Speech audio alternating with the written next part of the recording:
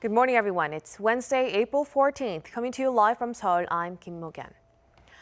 As coronavirus infections continue to spread, South Korea has been reporting daily cases between 500 and up to the 700s in the past few days. While health authorities see the situation as being on the threshold of a fourth wave, the country reported more than 700 cases on Wednesday. For more, we connect to our Choi Jung-yoon at the news center. Jung-yoon, give us the details. Mo-gyan, South Korea reported 731 new COVID-19 cases on Wednesday, climbing back above the 700 mark in less than a week. This is the highest daily tally since early January. Health officials have called the situation an urgent crisis and warned that the country could now be on the brink of a potential fourth wave. And they say if we do face another wave, its size and seriousness will most likely to be bigger than the previous one. If you look at the root of infections, the situation has become much more serious. 714 of Wednesday's total cases were local transmissions, with over 71% of them coming from the greater Seoul area. Health authorities have said cases are spreading at an alarming speed, especially with cluster infections popping up across public facilities such as restaurants and cafes. Silent transmissions or cases with unknown roots have also taken up almost 1/3 of the total cases. Of more than 8,000 people who tested positive over the past 2 weeks, the root of 28.6% remains unknown, which is the same as when the country peaked during the third wave last December. The latest infections have also seen a spread among students. Since March, there were almost 1,900 students and teachers infected. To curb the spread and detect the virus preemptively, the government is implementing coronavirus self-test kits. Testing is done by the person swabbing their nose and collecting a specimen to get the result using a diagnostic agent. Though its accuracy is still controversial, health authorities believe this would have the advantage of minimizing contact with possible carriers at public testing centers. The kits are currently being tested in nursing homes and facilities where the subjects are consistent and can be monitored at all times. How they will be purchased and adopted is still under consideration. Back to you, Mo-gyan. Thank you for the update, Jung-in. Now, U.S. health agencies are calling for an immediate pause on Johnson & Johnson's COVID-19 vaccine. This comes as several Americans developed a rare blood clotting disorder within about 2 weeks after getting the shot. Lee Seung-jae reports. The U.S. Food and Drug Administration and the Centers for Disease Control and Prevention issued a joint statement Tuesday recommending a pause on the use of Johnson & Johnson's Janssen vaccine after 6 cases of blood clots were reported 6 to 13 days after the patients received a single-dose vaccine. This morning, the FDA and CDC announced that out of an abundance of caution, we're recommending a pause in the use of the Johnson & Johnson COVID-19 vaccine due to reports of 6 cases of a rare and severe type of blood clot following vaccine administration. A number of cities and states have already halted its use, although it's not a mandate. The state of New York has urged people scheduled to receive the Janssen shot to keep their appointments, but they'll receive the Pfizer vaccine instead. Federal health officials stressed that the blood clotting side effects are extremely rare, and the 6 cases are out of nearly 7 million people who have received the shots. However, according to the CDC, people who have received the Janssen vaccine in recent weeks should look for any signs of the rare side effect.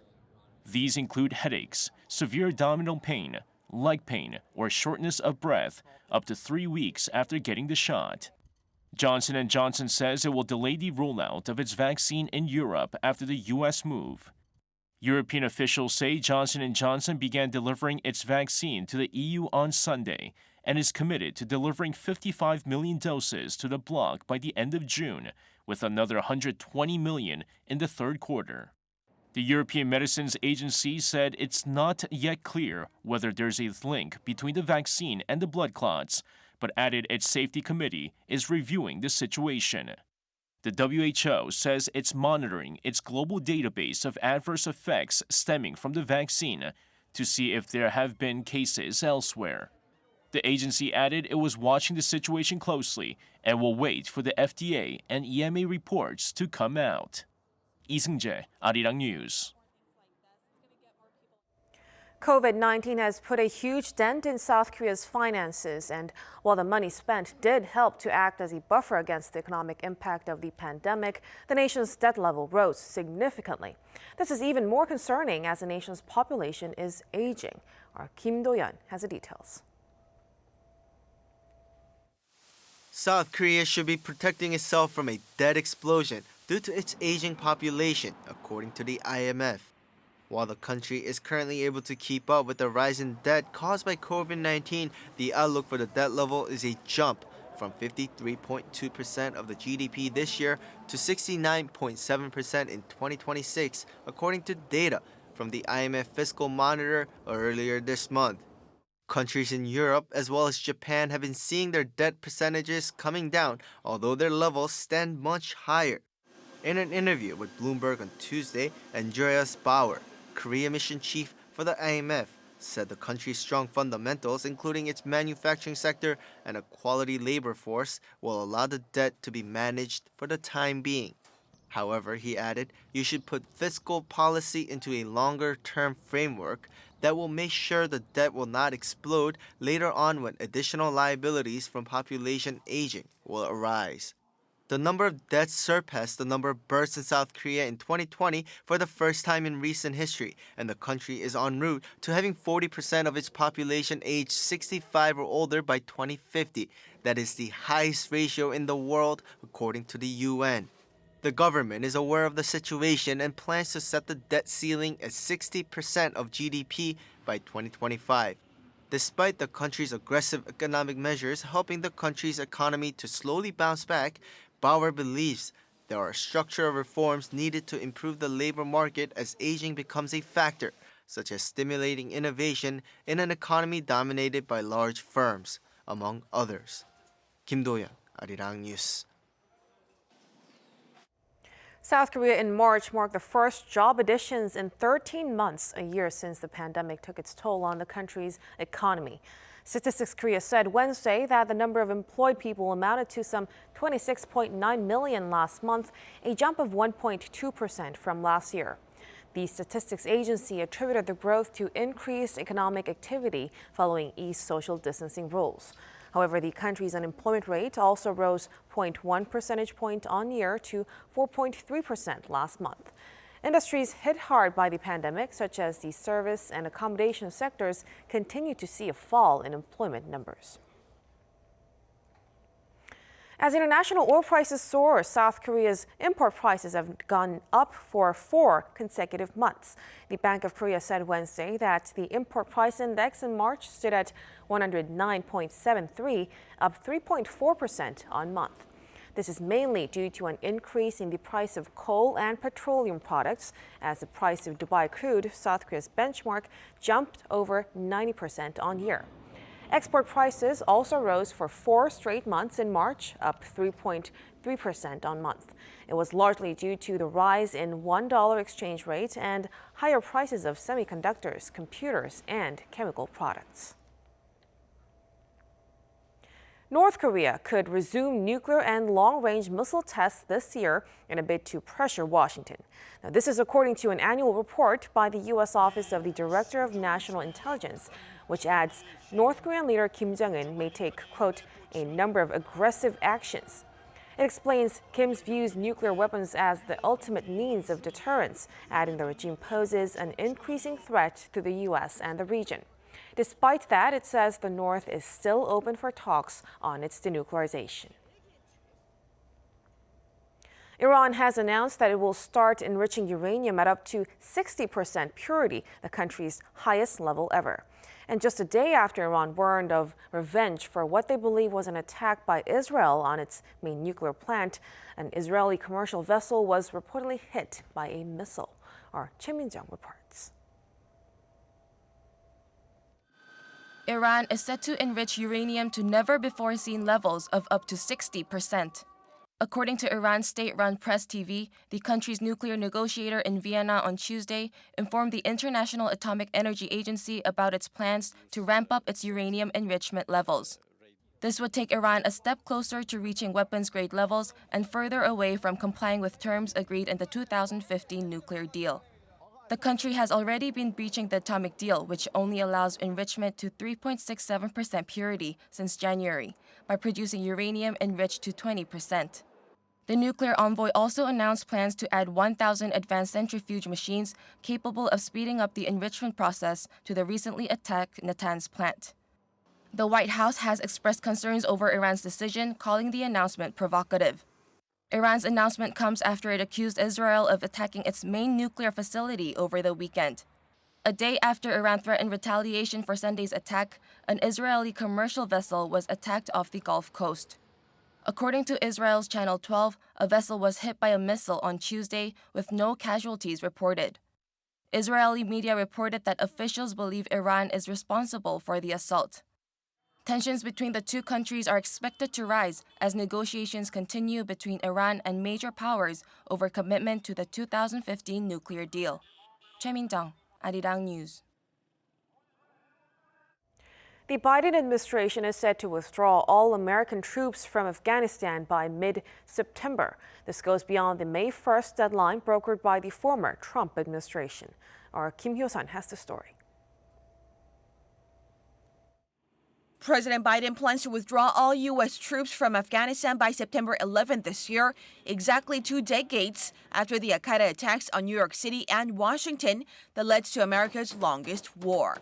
The decision extends the May 1st deadline that was negotiated with the Taliban by the former Trump administration. Explaining that President Biden will deliver remarks on his decision on Wednesday, the White House says he has a consistent view on the situation. But I will say that the president has been consistent in his view that there's not a military solution to Afghanistan, that we have been there for far too long. That has been his view for some time. President Biden has been hinting for weeks that it will be difficult to reach the May 1st deadline set by his predecessor. However, a Taliban statement last month threatened to resume hostilities against foreign troops in Afghanistan if the May deadline was not met. The Biden administration's decision comes as U.S. Secretary of State Antony Blinken and Secretary of Defense Lloyd Austin are in Brussels to meet with NATO partners. NATO joined the international security effort in Afghanistan in 2003 and currently has more than 7,000 troops in the country.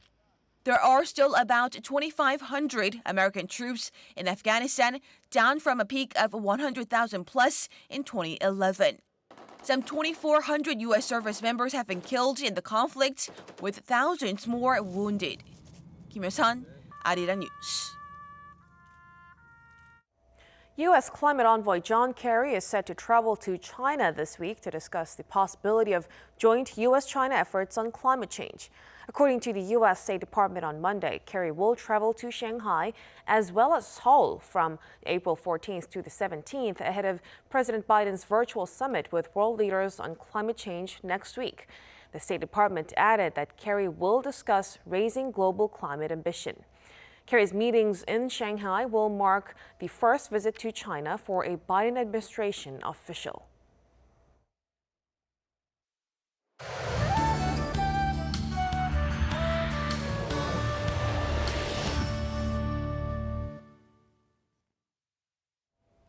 Good morning. What a chilly start to the day we had. A spring chill is here with cold wave advisories issued in some inland regions today. Well, it's actually the first time to be under a cold wave advisory around this time of year, and sharp winds are making it feel even colder. It's going to remain chilly all day, actually, and Seoul and Jeju will only make it to 13 degrees Celsius. Daejeon, Daegu, Gyeongju will get up to 17 degrees this afternoon. We'll see bright skies nationwide, so don't forget your sunblock and sunglasses. We are expecting high UV levels along with good air quality. Temperatures will return to near season norms tomorrow afternoon. Then central western regions and Jeollabuk-do province will get some rain on Friday. That's Korea for you, and here's a look at the weather conditions around the world.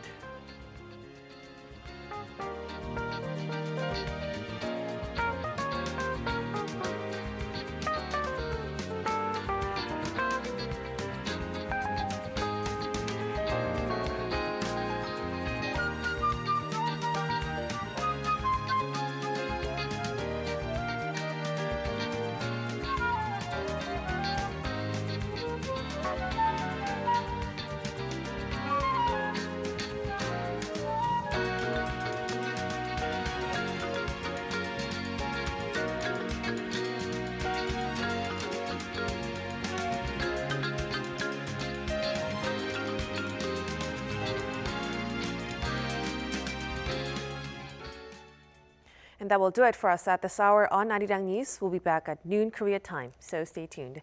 Thank you for watching and goodbye.